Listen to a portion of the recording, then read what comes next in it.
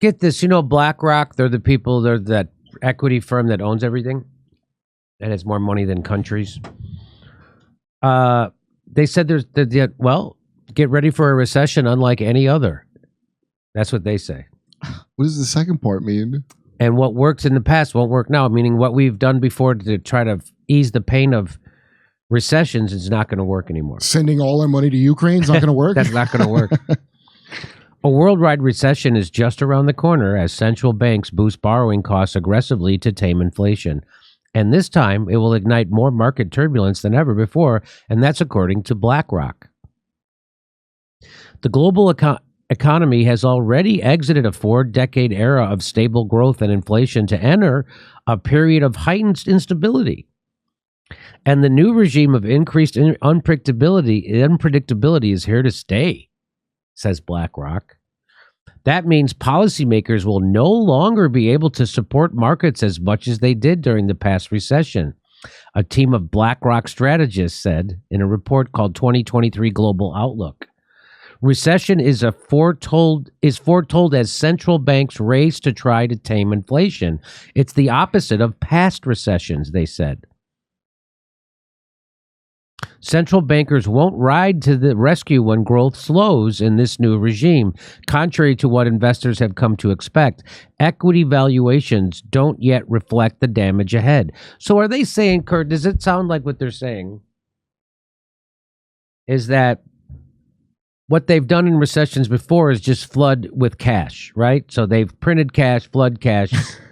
The pyramid's collapsing? But not, yes. So they're saying, well, they can't do that anymore because when the more cash you ingest and infuse into an economy, that creates inflation. Right. Because each dollar is now worth less. So what they're saying is that they're not going to do that this time. They're not going to, so we're not going to inject cash. So when the economy slows, they're not going to inject cash because they don't want inflation. Right. So put on a jacket in the cold and enjoy a bug burger because there ain't no... The prospect of limited policy support means investors need more dynamic methods involving more frequent portfolio changes and taking a more granular view of sectors. I don't understand what any of that shit means. Well, BlackRock, Larry Fink, the guy that is the head of BlackRock, is one of his big claims of fame is inventing the subprime mortgage bundle. Oh, no kidding. He's like the Robert Malone of creating the platform to do, he's like the he invented the technology. Yeah. Propel pocket mortgages. What worked in the past won't work now. The old playbook of simply buying the dip doesn't apply in this regime of sharper trade-offs and greater macro volatility. What you assholes. We don't see a return to conditions that will sustain a joint bull market in stocks and bonds of the kind we experienced in the prior decade. Wall Street banks from Morgan Stanley and Bank of America to Deutsche Bank have warned that the United States stocks could plunge by more than 20% in 2023. So should we take all our money out of stocks? I have all my retirement in a 401k. Well, I would put it in Lockheed Martin. Right. Why don't I just do that? Why don't I just put it? Be fine. We've learned. Just put it in Boeing and Raytheon, and you'll be fine. What am I fucking around for? Do the whoever tracks Nancy Pelosi and them, right? Go with them. So now all my retirement's going to lose 20% of its value in 2023. Well, but think of the smile you'll be putting on Zelensky's face when he gets that new shirt in his.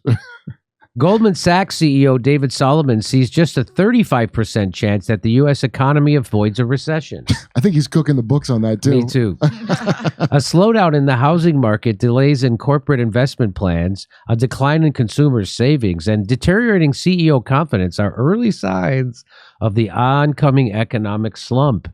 Still, the stock market hasn't yet factored in the potential magnitude of the impending economic downturn. We don't think equities are fully priced for recession. Corporate earnings expectations have yet to fully reflect even a modest recession. This keeps us tactically underweight developed market equities. What is so we haven't been hit by it yet, like the rest of you chumps, and we haven't. But now we might start to feel it. This sentence doesn't even make grammatical sense. Tactically underweight. This keeps us tactically underweight developed market equities. That's not a real sentence, right? This like Sam Bankman-Fried talk now. I think that must be a mistake. That's got to be a bad, like a typo or something. Because these articles, these financial articles, are full of so much gibberish already. The editor couldn't tell if that was really a sentence or not. Yeah, it looks like they had a bag of words and jumbled it up. Just kind of jumbled it up and threw it there. The S&P 500, a large cap index of large cap U.S. stocks, is up more than 12% from a 23-month low reached in October, spurred mainly by expectations that the Federal Reserve will slow the pace of its interest rate increase. Okay, well, we'll see if they're going to slow the rate of their interest rate increases after a recent retreat in inflation. So the main takeaway is BlackRock saying that. If BlackRock is saying shit's about to hit the fan, then it's going to be. Oh man, they might have a modest pain, and you're going to have a nice big one.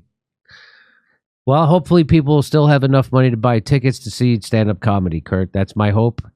I think that's probably the wise investment is to save everything for stand-up for comedy. Tickets. I mean, you gotta. I mean, people are worried about medicine. You're going to put that in front of stand-up comedy? I've always done better in a time of economic, like 2008. Yeah. That's like the best I ever did. Oh, you know really? Why? Because, you got to, people want to see like comedy. You can't get away with what you. Well, even during the Depression, the movies did well. Yeah. Hey, we're doing live stand-up comedy in Los Angeles, December 9th, 16th, 23rd, and 30th. And we're going to be in Tempe, Milwaukee, Minneapolis, Nashville. Go to jimmydore.com for a link for all those tickets. See you there.